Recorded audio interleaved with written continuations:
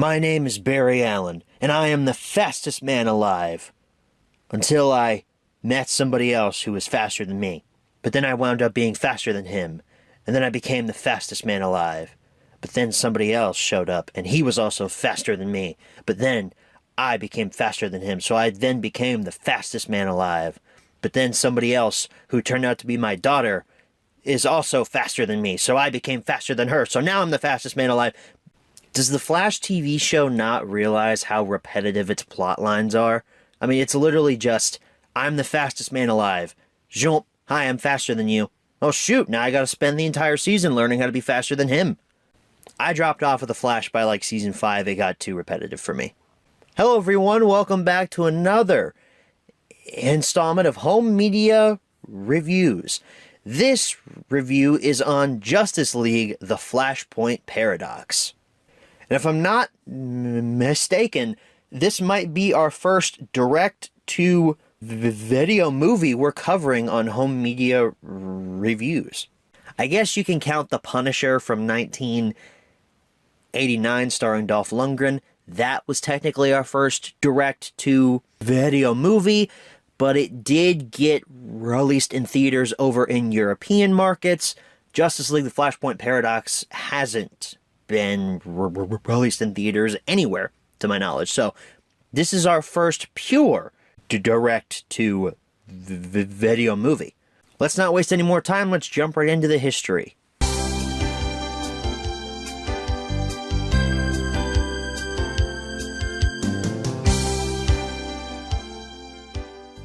So, Justice League: The Flashpoint Paradox hit DVD/Blu-ray on July 30th, 2013.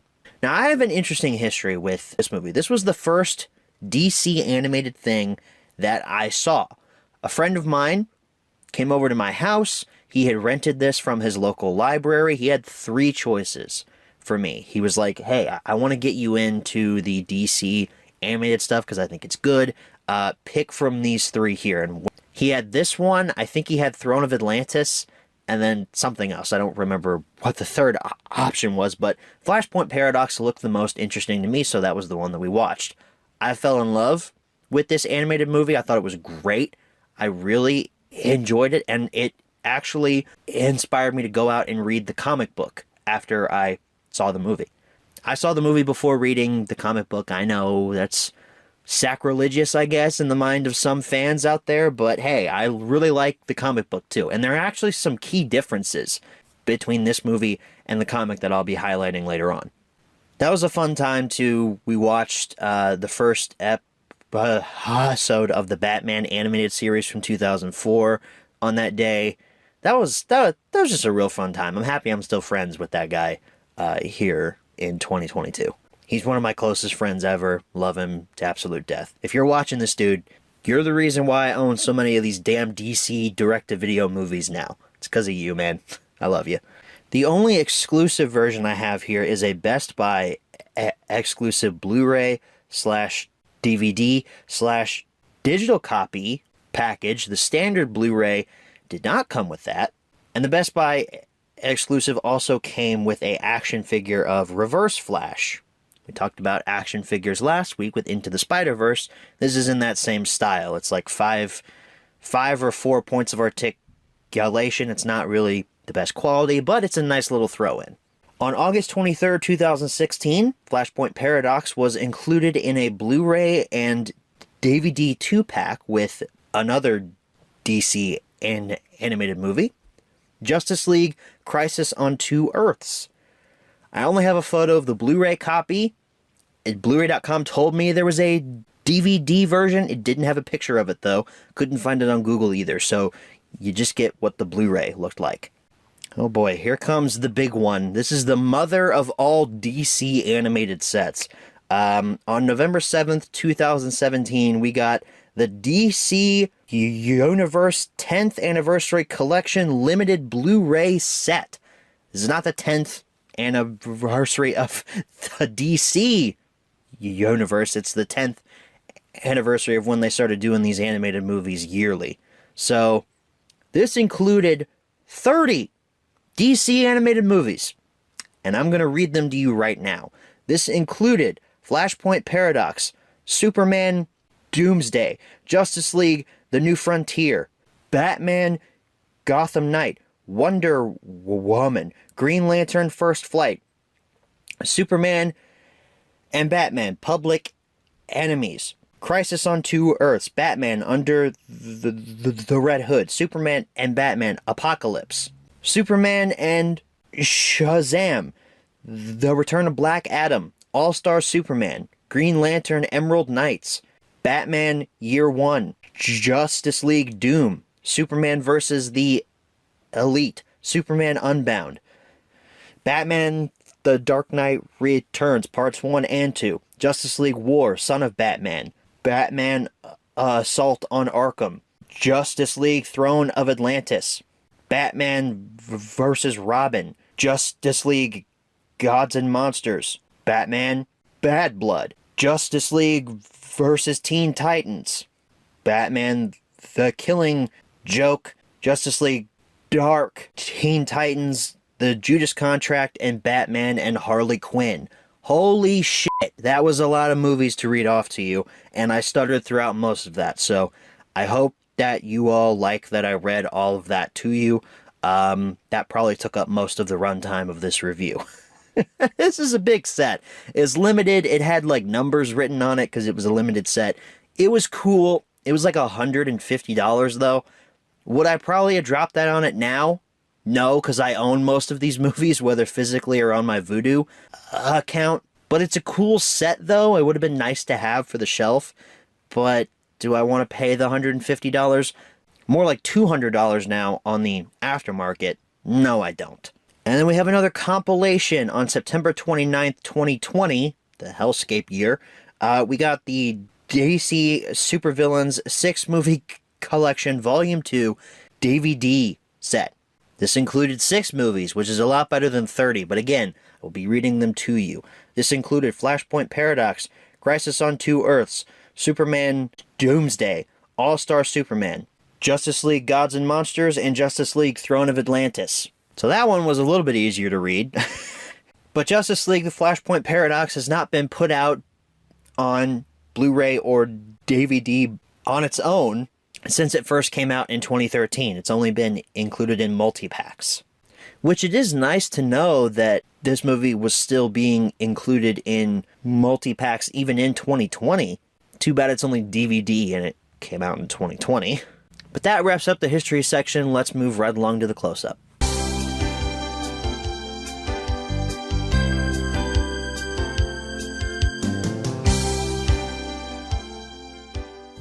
Alrighty everyone, here's your close-up look at Justice League The Flashpoint Paradox.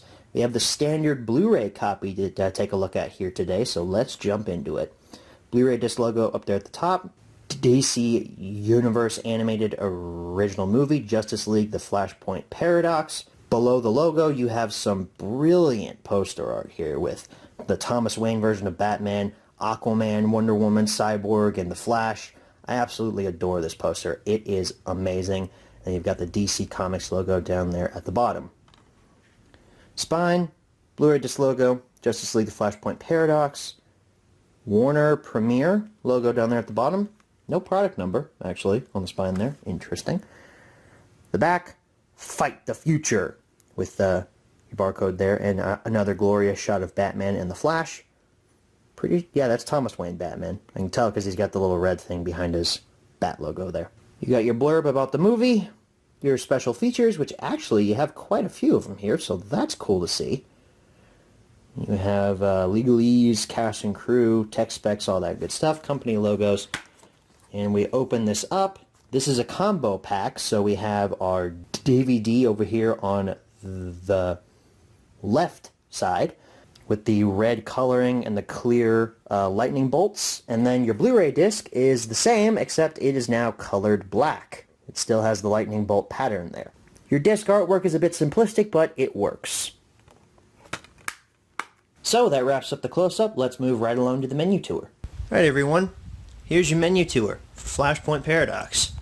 We're starting off with our DVD here. Simplistic menu. It's a classic Warner Brothers style of menu. We've got play, languages, and trailers. trailers just plays the trailers that are at the beginning of this thing. From what I remember, it was a Scribblenauts game, which had DC Comics characters in them. I think it was Scribblenauts Unmasked, a Lego special, and also Man of Steel. There's a trailer for that movie on here as well. Languages. What languages do we have? We have a lot of languages here. We got English, French, Spanish, Portuguese, and then that language, I'm not sure what it is.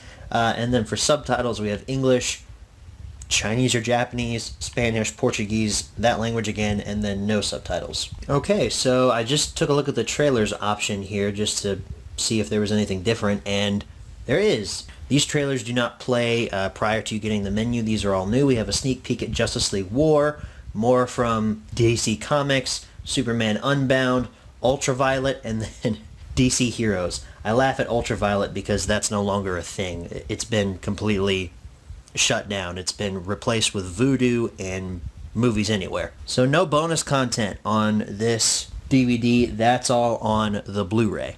And speaking of the Blu-ray, that's our next menu tour. What a segue there. Same artwork as on the DVD. It's just the quote-unquote theatrical poster art. But I really like this poster art, so use it however many times you like. I am gonna love it either way. It's also in HD, so that's great. We have play, scene selection, audio, subtitles, and special features. We didn't have a scene selection on the DVD, which now that I think about it is kind of interesting.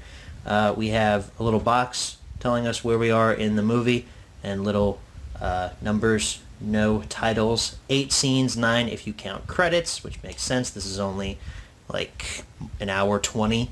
It's a very short movie. For audio, we have English, French, and Spanish, Latino Spanish. And for subtitles, we have English, French, and Spanish, also in Latino. No subtitles is also an option. We have less subtitles and less language options here than we did on the DVD, so I guess points to the DVD for that. Special features include a commentary, short feature, a flash in time, time travel in the Flash universe, short feature, my favorite villain, the Flash bad guys, from the DC Comics vault, a digital comic excerpt from DC Comics Flashpoint #1, and trailers. I think there might be a separate menu in here. Yes, there is. We have Requiem for a Scarlet Speedster from Batman the Brave and the Bold series, Season 2, Episode 5. That's kind of cool, actually, that we have little animated episodes from other shows on here. And then Flash and Substance from the Justice League series, Season 2, Episode 5. Now we've got more stuff. We got Legends Part 1 and 2 from the Justice League Unlimited series, and that's it. Those are the only episodes we have from other stuff on here, but still cool that they're here. And then trailers, we got a sneak peek Justice League War, more from the DC Comics, Superman Unbound, Ultraviolet, and DC Heroes, so same trailers that are on the DVD. So that wraps up your menu tour. Let's go ahead and head on back and answer the 5 main questions, as always. Alright, so we're back from the close-up. Now it's time to answer the 5 main questions, as always. Number 1, where can you pick this product up? Flashpoint Paradox has not been on store shelves in a long time. At least not by itself. I found mine at a Half Price Books. That's probably your best bet, or any other used DVD or Blu-ray retailer. Online, too, there's always tons of these floating around on the aftermarket. Number 2, is this product still being printed nowadays? No, it is not. Last time it was printed was in a 6-pack on DVD. Flashpoint Paradox is not still out there, at least physically. Number 3, should you pick this product up? I mentioned earlier that I saw this movie prior to me reading the Flashpoint comic book, and like I said, that might be sacrilegious to some of you. I did end up reading the Flashpoint comic book. I absolutely loved it. It quickly became one of my favorite comics in the DC universe. I reread it before I watched this movie, and I noticed there are some huge differences between the animated movie and the comic, and I'll be talking about a few of them here. For starters, the animated movie features an entire opening action sequence with all of the Justice League members and the Flash, and some of the Flash's Rogues Gallery featuring Captain Boomerang and a couple others. The comic book has no such opening. It opens with Barry Allen at his mom's grave, and then we flash to the other timeline that Barry has created by going back in time. I kind of like the movie version, though, because it gives the audience a chance to get to know some of these heroes and their personalities prior to them being completely changed when Barry goes back in time. We get established personalities for Aquaman, Wonder Woman, Green Lantern, Superman, and Batman, and the Flash even, which is then juxtaposed later on. Oh, and Cyborg, forgot about him. Which is then juxtaposed later on when we see that, oh shoot, there's no Superman in this new timeline. Green Lantern doesn't exist either. It's just Hal Jordan. Aquaman and Wonder Woman are fighting in this war, and they're completely different than they were when they were on the Justice League team. And Batman is a completely different person. I mean, I feel that this opening action sequence serves a lot more than just, hey, it's an opening sequence to the movie. It's to get you riled up for a fun animated adventure. I truly think it serves a deeper purpose. And we get introduced to our main villain of the movie, Reverse Flash, who for some reason is called Professor Zoom. I don't know anything about that. I just know him as Reverse Flash, Eobard Thawne, played by C. Thomas Howell. I love C. Thomas Howell in this role. He sounds exactly like I would think a snooty person from the 25th century would sound, whose name is Eobard. I love how later on Thomas Wayne Batman is like, what kind of a name is Eobard? None of us have been to the 25th century, so we don't know what the weird names are going to be like in that century. So Eobard could be a very common name, and it sounds weird to us. But C. Thomas Howell gives a great performance. I love him as Reverse Flash. He's just so methodical, and he sounds so evil whenever he says a line. It just, every line that he says, it gives you chills. And it's not just C. Thomas Howell that gives a great vocal performance in this movie. Really, there's not any bad vocal performances. It just comes down to personal preference. Justin Chambers as Flash sounds a bit too old for me. I like my Flash to be in like his late 20s, early 30s, kind of like how he is in the TV show played by Grant Gustin. That's how I picture my Flash. The higher sounding voice, not really all that mature yet. Maybe he's married, but I don't know. This Flash seems more like he's more in his 40s, as played by Justin Chambers. It just comes down to personal preference. When I was reading Flashpoint, I thought of his voice more along the Grant Gustin line of things, not Justin Chambers, but I still like his performance here. He's an endearing character, this Flash. I really feel for his struggle as he's learning about what he did when he went back in time and saved his mom from death. It's a noble cause, but as Reverse Flash says, Barry's actions have huge consequences. That's the big twist of the comic as well, and this movie actually. You think that it's Reverse Flash that went back in time and changed things, but it's actually Barry that did it. It's played better in the comic than it is in this movie. It's a little bit fast in this movie because the pacing is a little bit breakneck and you don't really get a chance to breathe throughout this animated. It's really not all that long. I think it barely hits 80 minutes, so it just boom, boom, boom, really just throws you through everything. In the comic, though, you can read more slowly and throw your own inflections on the lines and such, and it probably works better for you if you read the comic first before you see this movie.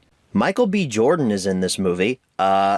I can never not hear him as the villain from Black Panther, so hearing him talk as Cyborg, I was just like, dude, you're Eric Killmonger. Stop. Or he's Apollo Creed's son. One of those two roles. Kevin Conroy is the Batman who we all know as Bruce Wayne, which everybody loves Kevin Conroy. I love Kevin Conroy. I think the dude gives a fantastic performance as any role of Batman. D. Bradley Baker, guy who made the clones famous on the Clone Wars, which we may or may not be talking about in this season. Who said that? He's in this movie too.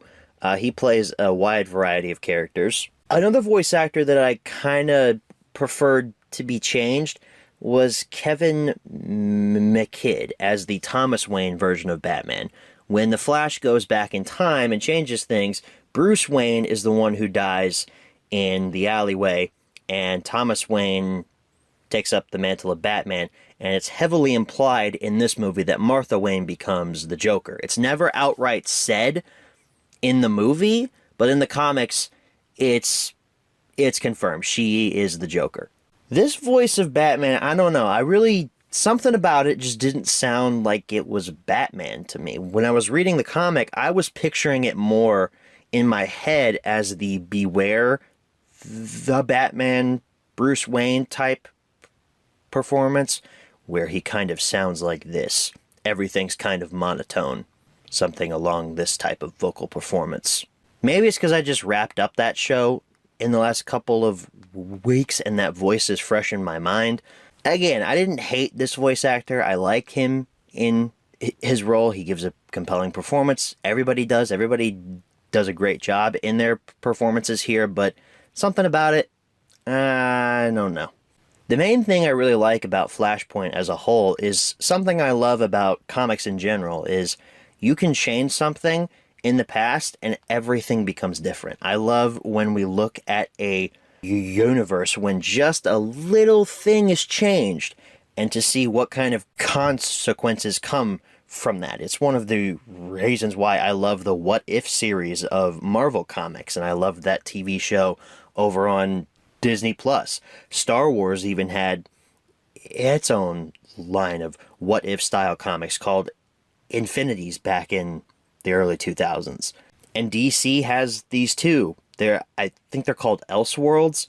One of the biggest examples that's not Flashpoint is Superman Red Son. What if Superman landed in communist Russia rather than landing in small town Kansas and Superman becomes a communist? That's one of my favorite comic storylines too.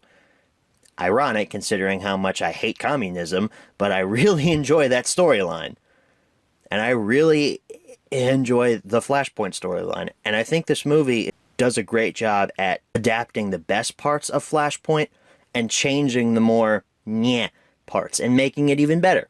That being said, though, there are a couple of things about this animated movie that I just don't like compared to the comic. For one, the animation, it's a little on the cheap side.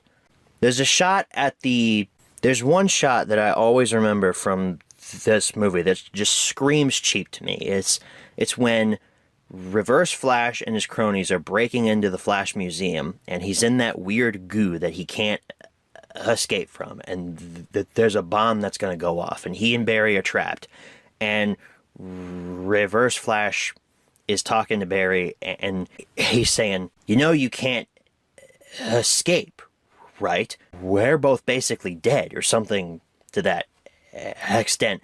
And there's no movement in his mouth. It's just going up and down. There's no volume or dimension. There's no extra work done to it. It's literally just moving up and down.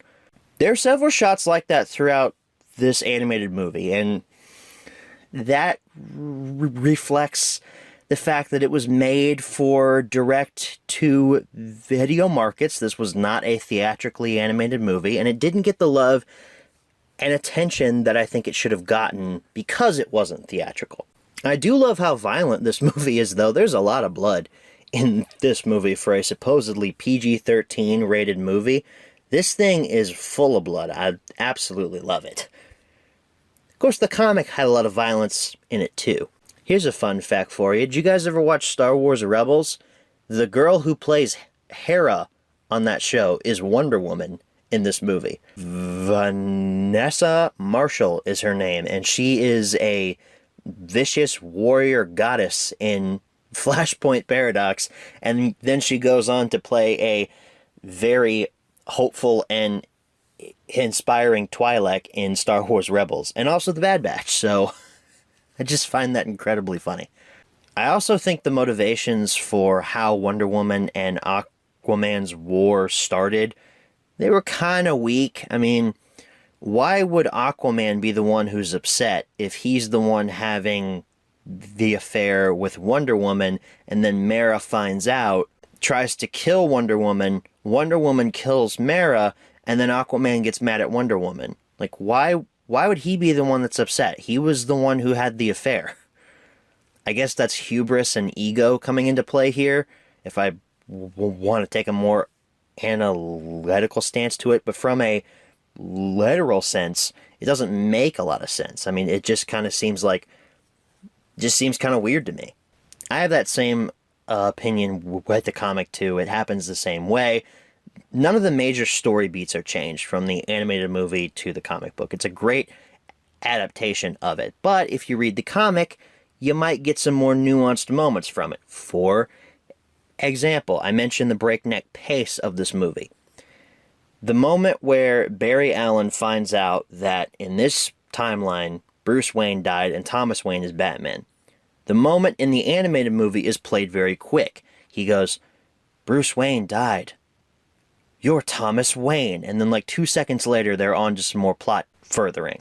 In the comic, that's where the first issue of Flashpoint ends. It ends with Batman choking Barry, and he basically screams, "You're Thomas Wayne," and then boom, comic is over. You gotta wait a couple of weeks for the next one to come out. Or if you're like me and have the trade paperback, you can just read the next issue. In the comic, though, it's treated with a lot more levity and a lot more seriousness, because you as a reader, you're not sure what's going on. Same thing in the animated movie. I just wish they would have treated that moment as more serious and thrown some more emotional weight behind it. I'm kind of ripping on Flashpoint Paradox. I really do enjoy this movie. I love it a lot. I've got a lot of great memories with it. I talked about those earlier in the history section, and I'm going to be recommending it. I think that you guys should go out and see it. It's a great adaptation of a very well-loved comic book, and I think that even if you have read that comic book, you're going to get something new out of seeing this animated adaptation. You should definitely go see it. Well, go buy it. You can't go see it in a theater, but go out and buy it somewhere on the secondary market. And maybe even read the Flashpoint comic book, because you'll notice a lot of things that are just slightly changed between the two mediums. Heck, you might disagree with me. You might think that, oh, they treated that moment in the comic where Barry finds out that Thomas Wayne is Batman with too much levity. I prefer it being fast and getting to the plot. You could be that kind of person. I'm not, but you can be. It all comes down to personal preference. For me, which one do I prefer? I don't think I can really name a preference. I like both of these for different reasons. I like the animated version because of the great voice acting and the fact that I don't have to read anything, and it's got cool colors and animation and all that stuff. The comic book has more nuance to it. It's got more character to it. I prefer both of them. Is that a weird cop-out? Probably, but I can't pick one over the other that I would quote-unquote prefer more. I just like wacky comic stories where things are changed and everything is different, and I get to rediscover a DC Comics universe that I love so dear, and then get sucked back into it with a brand new story with new characters and even old characters that are different from the ones that I know. That's mainly the whole reason why I love Flashpoint so much, is the fact that it changes everything, and yet nothing has changed. Everything is fixed at the end. It goes back to normal. But it's cool to see what this universe would be like if Barry Allen saved his mom. So yes, I absolutely recommend Justice League, the Flashpoint Paradox. Number 4, where should you pick this product up? Pretty much anywhere that you can find it. A lot of cheap copies are on eBay right now. And number 5, what price should you pay? Well, the Blu-ray is not really worth that much. It was overproduced to crap, so I'd say about 10, maybe 15 for that. That DC animated set, that thing goes for crazy money on the aftermarket right now, so I wouldn't even bother with it unless you've got $200 to $300 just lying around and you don't have bills or taxes to pay. DVD, I wouldn't even worry about it. So that wraps up the home media review for the Flashpoint Paradox. I didn't think there'd be so much comparison with the comic book to the adaptation, but I don't know, it just felt appropriate to me.